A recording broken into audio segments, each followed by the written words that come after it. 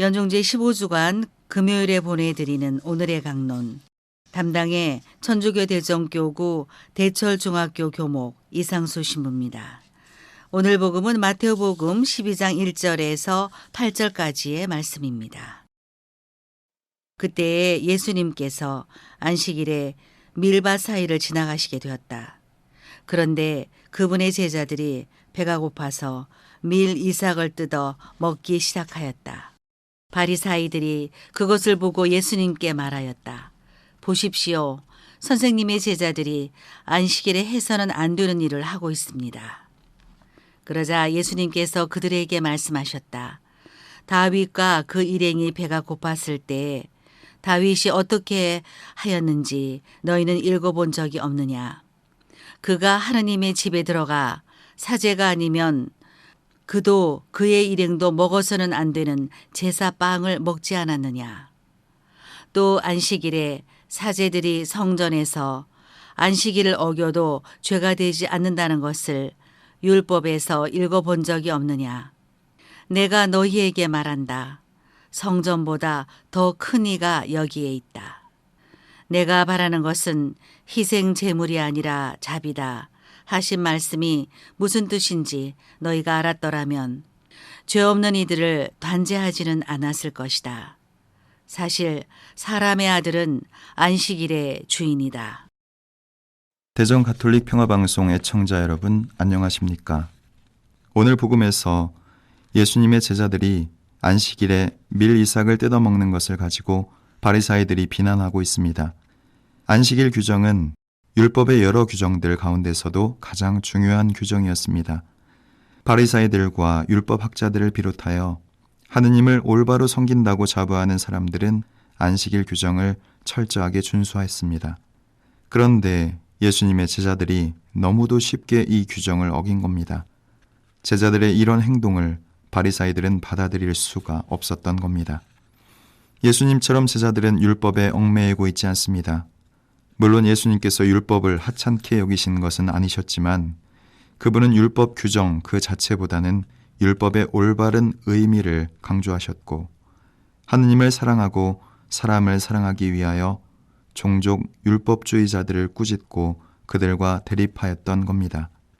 왜냐하면 율법주의자들이 하느님을 섬기기 위해 율법을 지키려 하면서도 또한 율법의 그 잣대로 이웃을 판단하고 율법을 따르지 못하는 이웃을 손가락질하고 하느님의 이름을 내세우면서 사람들의 슬픔과 고통을 외면했기 때문입니다.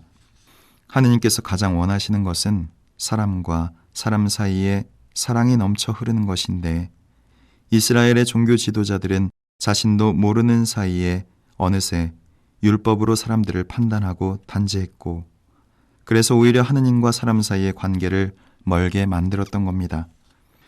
오늘 복음은 우리도 바리사이인들처럼 나의 신앙생활과 비교하여 나보다 못하다고 생각하는 사람들을 단죄하고 판단하고 있지는 않았는지 성찰해 보도록 도와줍니다.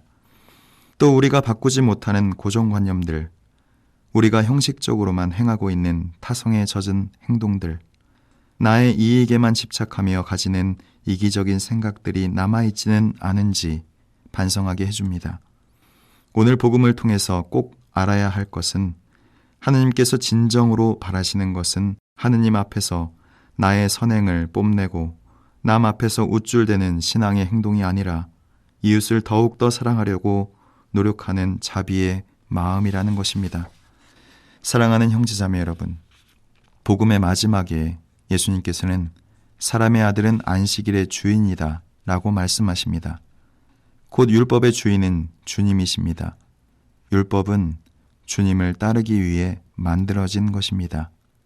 그렇다면 과연 우리가 생각하고 말하고 행하는 그 모든 활동의 중심에 주님이 계신지, 우리의 신앙생활의 주인이신 예수님께서 온전히 우리 안에 살아계시는지 스스로 성찰해봐야 할 겁니다.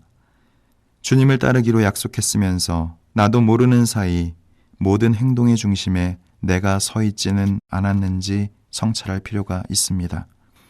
하느님을 따르기로 결심한 우리 모두는 이웃에게 사랑과 자비를 베풀기 위해 파견된 하느님의 귀한 도구들이라는 사실을 잊지 말아야 하겠습니다. 그런 의미에서 냉담한 이웃이나 신앙생활에 소홀한 이웃을 마음속으로 단죄하기보다 사랑과 자비의 마음으로 먼저 다가가 그들의 아픔을 들어주고 손잡아 줄 수 있는 훌륭한 하느님의 도구가 되시길 바랍니다. 오늘의 강론, 지금까지 담당해 천주교 대전교구 대철중학교 교목 이상수 신부였습니다. 내일도 이상수 신부의 강론이 계속됩니다.